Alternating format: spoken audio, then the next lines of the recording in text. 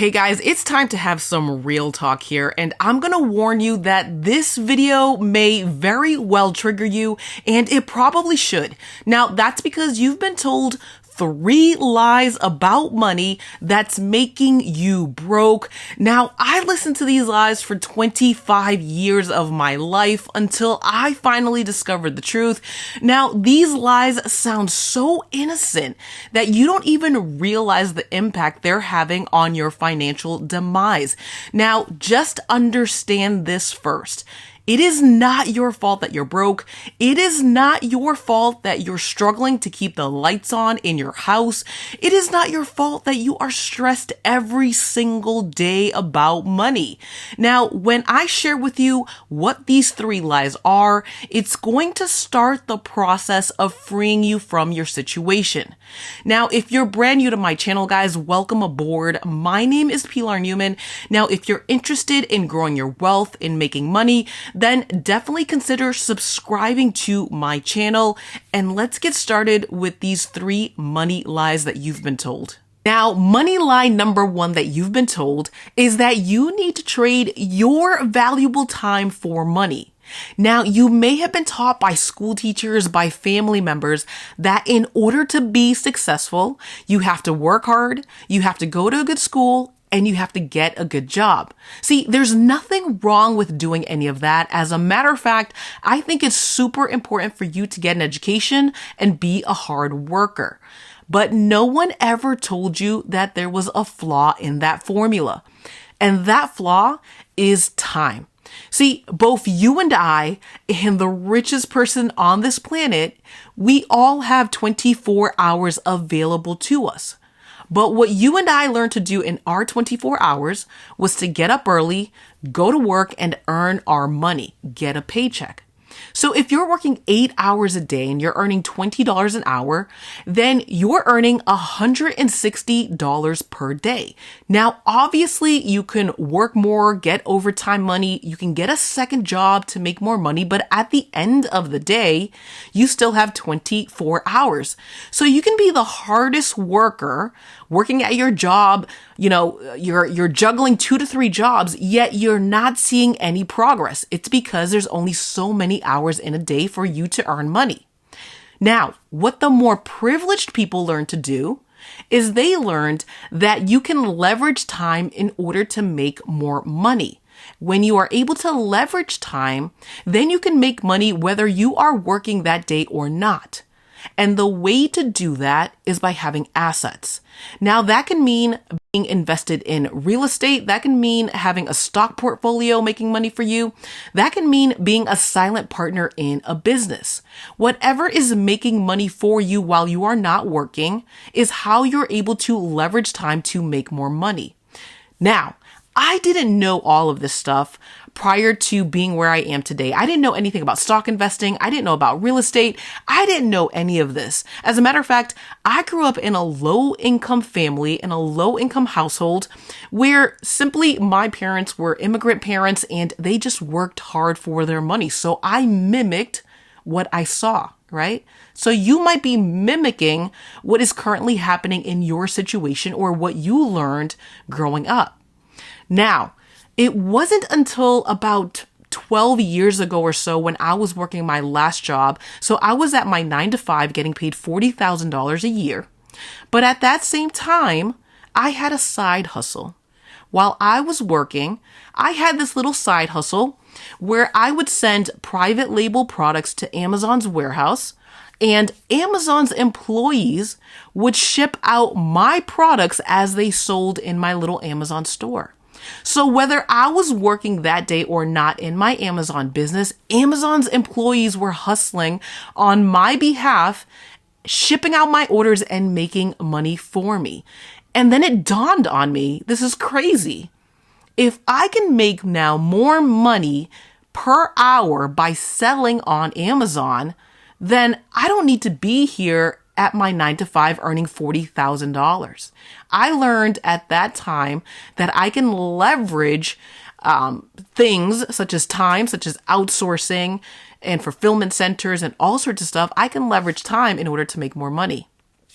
So I ended up quitting my 9 to 5, my $40,000 a year job, because I started earning more than 10 times that amount at my side hustle, where I learned to leverage time.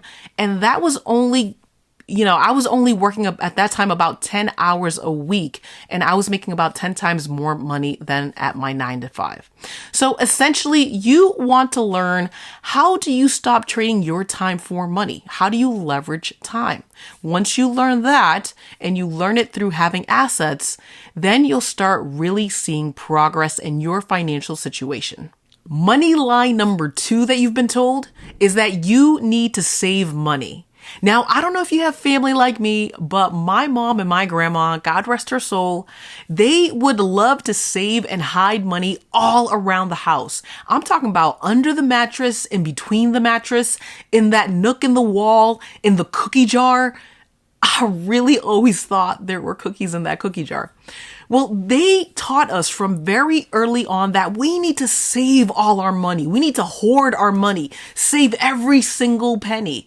And so that's what I did. You would save money. That's all. I would just save money. Now, you might be doing the same thing as well. But if you've been watching the news lately, then you've been hearing a lot about inflation.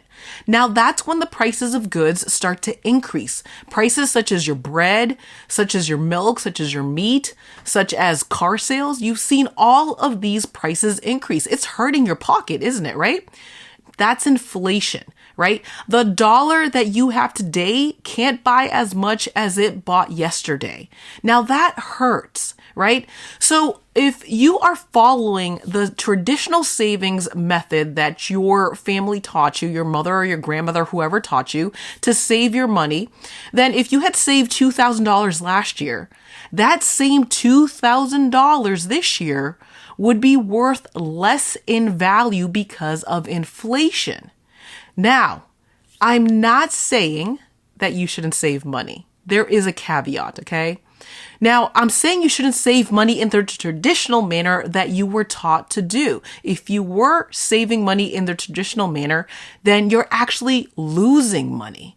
Now, the way to actually save money and make that money grow for you is to put it in a high yield savings account. Now, I'm not talking about going to Bank of America, going to Chase, going to any of these traditional banks and putting your money in a savings account. They give you pennies on the dollar. So you can put in $2,000 in that account, and at the end of this year, you might have 5 cents. Whoopee, right? What's 5 cents going to do to you? But if you go and you search Google right now and you search high yield savings account, then you're going to find that there are these specialized accounts to help you grow your money a lot more than if you were to put it in a traditional bank account. Some of these high yield savings accounts can actually give you 4% APY on your savings money. Now, I actually recorded a video specifically to share with you 5 high yield savings accounts that you can put your money into right now. Some of these even offer you a bonus to sign up just to get you started with savings. Now, I'm going to link that video down below. But the most important thing to remember is that saving your money in the traditional sense, hiding it in your house or putting it in a bank that doesn't give you a high yield interest rate is not a good way to save money. It's actually costing you money because inflation is just going to keep increasing, okay? So put your money in a specialized account, put it in a high yield savings account. This last money lie is a short one, which is why I kept it to the end. The lie that you've been told is that wanting to get rich is bad. Now, this is a real personal one for me because I grew up in a very religious household where I heard day in and day out that money is evil. You shouldn't want money. Money is terrible. Don't go looking for money.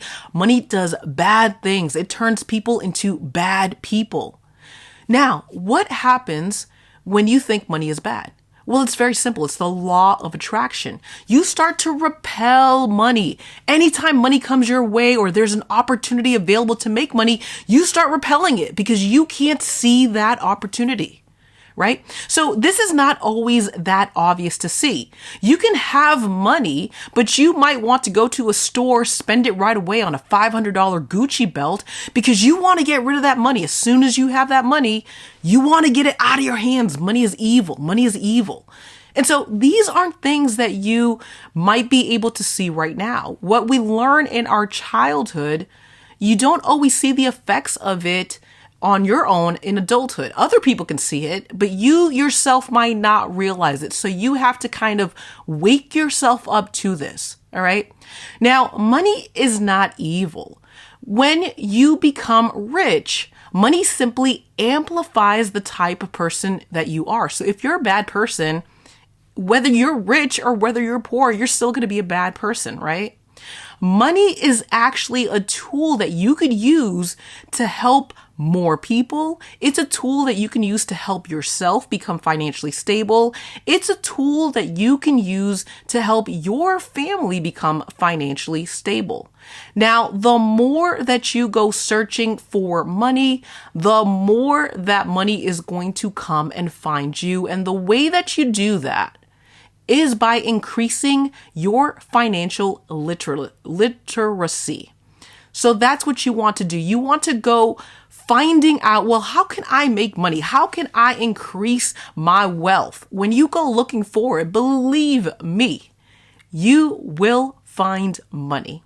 All right. Now, if you found this video in any sort of way helpful to you, please do me a quick favor. Make sure you hit that like button on this video, comment below, say what's up, and definitely make sure to subscribe to my channel for more videos just like this. Guys, thank you so much for watching. I'll see you again in the next one.